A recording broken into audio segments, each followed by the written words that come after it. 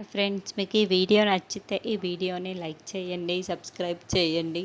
దేవయాని, మనీషా, లక్ష్మి ముగ్గురు హాల్లోనే నిల్చొని మాట్లాడుకుంటూ ఉంటారు.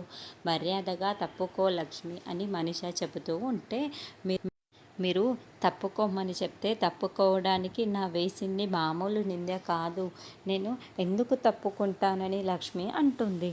నువ్వు తప్పుకోకపోతే నేను నిన్ను తప్పిస్తాను కదా, కాసేపట్లో రిపోర్ట్లు వచ్చేస్తాయి, కాసేపట్లో తెలిసిపోతుంది, నేను నీ క్యారెక్టర్ని అసెసినేట్ చేసేస్తాను అని మనీషా చెప్పగానే వెంటనే లక్ష్మి మనీషా చెంప పగలగొట్టడంతో దేవయాని షాకింగ్గా చూస్తూ ఉంటుంది.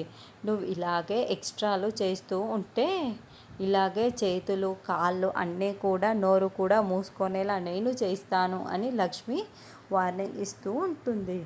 జాగ్రత్త అని లక్ష్మి వేలు చూపిస్తూ మనీషాకి వార్నింగ్ ఇస్తూ ఉంటుంది. తర్వాత లక్ష్మి, జున్ను, అర్జున్ అందరూ కూడా కార్ ఎక్కుతూ ఉంటారు. అప్పుడే మిత్ర బయటికి వచ్చి కార్ ఎక్కుతున్న లక్ష్మిని చూస్తూ ఉంటాడు.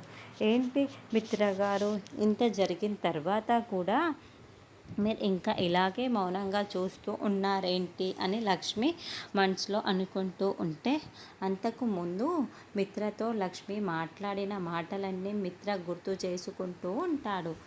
మనీషా ఒక ఆడదాని మీద వెయ్యరాని నిందలు నా పైన వేసి అలా మాట్లాడుతూ నాకు అవమానం చేసినా కూడా, మీ కళ్ళ ముందు ఒక ఆడదాన్ని అవమానం జరుగుతున్నా కూడా మీరు ఎలా చూస్తూ ఊరుకున్నారు అని లక్ష్మి మాట్లాడిన మాటలని మిత్ర గుర్తు చేసుకుంటూ ఉంటాడు.